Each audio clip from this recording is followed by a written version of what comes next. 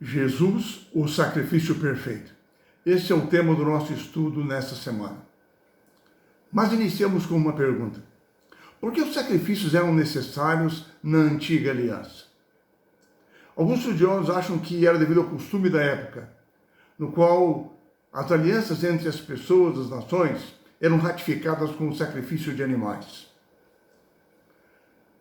Mas, na verdade, Deus foi quem estabeleceu o sacrifício de animais no princípio da história, quando Adão e Eva pecaram lá no Jardim do Éden. Porém, com o tempo, o ser humano passou a utilizar os sacrifícios para diferentes motivos. Nesse contexto, nos dias de Abraão, quando o Senhor fez um concerto com ele, o Senhor determinou que alguns animais fossem divididos ao meio, enfileirados, só que para mostrar a diferença entre as alianças humanas e a aliança divina, em vez de passarem as duas partes em meio aos animais, somente o próprio Deus passou como uma tocha de fogo entre eles, para demonstrar a Abraão que aquela não era uma aliança entre iguais. Era o Deus único, verdadeiro, que propunha, cumpriria e manteria para sempre a sua aliança. Paulo ensina na carta aos Hebreus de que na aliança com Israel o sangue espargido no altar simbolizava a seriedade da aliança, o que aconteceria com aquele que transgredisse a aliança. E Paulo anuncia em Hebreus 9,15 que a morte de Jesus na cruz como sacrifício tinha o propósito de remir as transgressões do povo hebreu cometidas na antiga aliança, para que eles pudessem receber assim as promessas também da nova aliança plena em Cristo Jesus. Nós nos lembramos de que ao estabelecer o sistema de sacrifícios lá no Jardim do Éden, após o pecado, ficou claro que na Bíblia o sangue é o símbolo da vida. O pecado afastou a raça humana de Deus, a fonte da vida. Isso resultou em morte. Para livrar-nos da morte eterna que Cristo veio a essa terra, assumiu a natureza humana para viver sem pecado. E assim, ele ofereceu-se a si mesmo para morrer em nosso lugar. No dizer de Paulo, ele derramou o seu sangue por nós, porque sem sangue não há remissão de pecados. No sistema sacrificial israelita, existiam 5 tipos diferentes de sacrifícios, para expressar a riqueza do sacrifício de Cristo Jesus. Havia o holocausto, a oferta de cereais, os sacrifícios pacíficos, a oferta pela culpa ou reparação, e a oferta pelo pecado, a oferta de purificação do pecador, que previa a expiação dos pecados, quando o sangue do animal que representava a sua vida era oferecido como um símbolo do sangue de Cristo, que um dia seria derramado em prol da humanidade. Ao analisar o sacrifício perfeito de Jesus na cruz, Paulo destaca algumas coisas. Paulo destaca na carta aos Hebreus que o sacrifício de Cristo foi único, uma vez por todas. Ele ofereceu-se uma vez para sempre, num sacrifício eficaz e todo suficiente, ao contrário dos sacrifícios levíticos, que eram imperfeitos e contínuos. Paulo diz que o sacrifício de Jesus foi superior ao sacrifício de animais, porque ele era o Filho de Deus que se oferecia a si mesmo. E mais ainda, os diferentes sacrifícios do Antigo Testamento, da Antiga Aliança, se cumpriram na cruz, não sendo mais necessários, porque Cristo, o Cordeiro de Deus, que tira o pecado do mundo, havia ali morrido. Quanto aos resultados do sacrifício de Cristo, Paulo destaca algumas coisas. Ele nos ensina, por exemplo, que o sacrifício de Cristo nos purifica de todo o pecado. Purifica a nossa mente, a nossa consciência. Afasta o pecado de nós, nos livra do domínio do pecado. Provê os recursos para a nossa santificação. Nos limpa e nos consagra para que possamos apresentar-nos e aproximarmos do trono da graça de Deus com plena confiança de que fomos perdoados, para poder servi-lo num sacerdócio real, vivo e santo. A cruz nos mostra a dor que o pecado causou no coração de Deus, o preço, o custo do perdão. É interessante que a palavra hebraica original para perdoar, no C, em Êxodo e Números, denota carregar, suportar. Ou seja, o sistema de sacrifícios israelita nos ajuda a entender isso.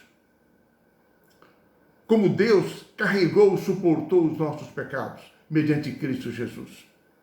Quando o pecador buscava o perdão de Deus, ele trazia um animal perfeito, sem defeito, colocava as mãos sobre o animal, confessava os seus pecados, o animal era morto. O sangue era colocado pelo sacerdote nas pontas do altar. Diariamente o sangue era espargido no véu que separava os dois compartimentos do santuário, o Santo e o Santíssimo. E assim o pecado era simbolicamente transferido do pecador através do sangue do animal para o santuário. O santuário era dividido em dois compartimentos. O primeiro o santo, o segundo o santíssimo. Diariamente o sangue dos sacrifícios era aspergido no véu que separava o primeiro do segundo compartimento. Porém, isso simbolizava o governo de Deus que estava ali presente, se manifestando a cada dia, perdoando e santificando o seu povo. O santuário do Antigo Testamento, quando o pecador confessava os seus pecados, o Senhor estava carregando os seus pecados, assumindo a responsabilidade judicial pelos pecados confessados. Uma vez ao ano, no 10º dia do 7º mês, chamado dia da expiação, o dia do juízo, o santuário era purificado de todos os pecados confessados e transferidos para lá durante o ano. Era um dia de descanso solene e especial, em que Deus manifestava a sua justiça e a sua misericórdia. O santuário era purificado dos pecados para lá carregados durante o ano. E agora, quando era concluída essa purificação, o sumo sacerdote punha as mãos sobre a cabeça de um bode previamente sorteado, chamado Azazel, símbolo de Satanás. Confessava sobre ele os pecados confessados ali no santuário e enviava aquele bode para morrer no deserto. Na carta aos Hebreus, o apóstolo Paulo nos ensina de que esse sistema de purificação e perdão em duas fases no santuário terrestre era um símbolo da obra salvadora mediadora de Cristo no santuário celestial. Ele diz que Cristo, primeiro, ele carregou na cruz os nossos pecados. E quando ascendeu aos céus após a sua ressurreição, o seu sacrifício foi aceito pelo Pai. Ele foi entronizado à direita do Pai. E o Espírito Santo é enviado no Pentecostes como um testemunho dessa aceitação. Cristo iniciou então a primeira fase do seu ministério, a obra de intercessão em favor dos seus filhos. A segunda fase do ministério de Cristo, simbolizado pela purificação do santuário através do sacrifício oferecido no Santíssimo no dia da expiação, simbolizava o juízo investigativo que é realizado no céu antes da segunda vinda de Cristo Jesus a esta terra. Quando o livro da vida é aberto, e agora o nome daqueles que aceitaram a Cristo como seu Salvador, confessaram os seus pecados e foram perdoados, Cristo apresenta-os perante o universo como uma manifestação da sua justiça e da sua graça salvadora. Em verdade, na carta aos Efésios, capítulo 2, Paulo demonstra que o objetivo do juízo é manifestar a todo o universo o caráter de Deus. É Deus que está sendo julgado, na verdade, o seu caráter. Porque ele mostra ao mundo a sua justiça, a todo o universo, o seu caráter, manifesto na vida dos seus filhos. Antes da segunda vinda de Cristo, são julgados no juízo investigativo apenas aqueles que têm o seu nome escrito no livro da vida, que aceitaram a Cristo como seu Salvador, foram transformados e são apresentados como dignos do seu reino, porque Cristo carregou os seus pecados. Os que rejeitaram a Cristo, não o aceitaram, não têm o seu nome escrito no livro da vida. Então, segundo o Apocalipse, eles serão julgados somente depois do milênio. O Apocalipse nos ajuda a entendermos um pouco o ritual do santuário, após a sua purificação, quando o bode chamado Azazel era mandado e enviado para morrer no deserto. Segundo Apocalipse, simboliza que no final da história do pecado, Deus transferirá para Satanás a culpa como originador, como propagador do pecado, levando os seres humanos ao pecado, e Satanás será destruído com fogo, pondo fim ao pecado. Os que não aceitam a Cristo, que são chamados no Apocalipse de ímpios, que rejeitaram a sua graça, que não permitiram que Cristo carregasse, não creem que Cristo carregou na cruz os seus pecados. Esses não participarão do juízo investigativo, porque não terão seu nome escrito no livro da vida. Assim carregarão eles mesmos no juízo final os seus próprios pecados e perecerão junto com o inimigo de Deus. Enfim, o grande desafio, o grande convite que o apóstolo Paulo nos faz na carta aos Hebreus é que aceitemos que Jesus carregou na cruz do Calvário os nossos pecados, em nosso lugar. De que um dia, ao retornar nessa terra, Ele nos levará para o seu reino. De que reconheçamos a sua obra salvadora em nosso favor. Que permitamos que Ele transforme a nossa vida.